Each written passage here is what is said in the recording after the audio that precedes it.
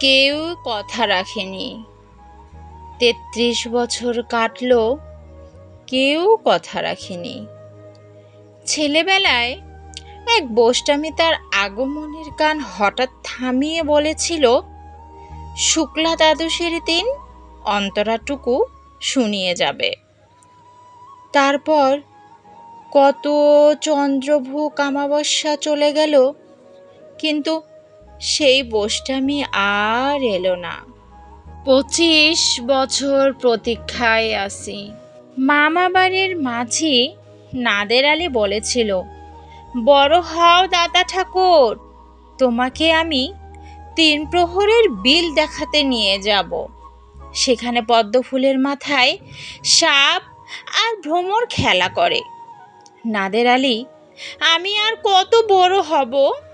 আমার মাথায় এ ঘরের ছাদ ফুঁড়ে আকাশ স্পর্শ করলে তারপর তুমি আমায় ৩ প্রহরের বিল দেখাবে? একটাও রয়েল গুলি কিনতে পারিনি কখনো। লাঠি লজেন্স দেখিয়ে দেখিয়ে চুচেছে লস্কর বাড়ির ছেলেরা। ভিখারির মতন চৌধুরীদের গেটে দাঁড়িয়ে দেখেছি ভেতরের রাস উৎসব। অবিরল রঙের ধারার মধ্যে সুবর্ণ কঙ্কন পরা ফর্সা রমণীরা কত রকম আমাদের হেসেছে। আমার দিকে তারা ফিরিয়েও চায়নি।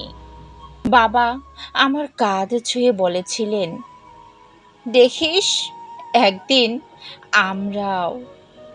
বাবা এখন অন্ধ, আমাদের দেখা হয়নি কিছুই। সেই রয়েলগুলি, সেই লাঠি লজেন্স, সেই রাস উৎসব আমায় কেউ ফিরিয়ে দেবে না। বুকের মধ্যে সুগন্ধি রুমাল রেখে বরুণা বলেছিল, যেদিন আমায় সত্যিকারের ভালোবাসবে সেদিন আমার বুকেও এরকম আদরের গন্ধ হবে। ভালোবাসার জন্য আমি হাতের মুঠোয় প্রাণ নিয়েছি, দুরন্ত ষাঁড়ের চোখে বেঁধেছি লাল কাপড়। বিশ্ব সংসার তন্ন তন্ন করে খুঁজে এনেছি ১০৮টা নীল পদ্ম, তবু কথা রাখেনি বরুণা। এখন তার বুকে শুধুই মাংসের গন্ধ। এখনো সে যে কোনো নারী। কেউই কথা রাখেনি। ৩৩ বছর কাটলো, কেউ কথা রাখে না।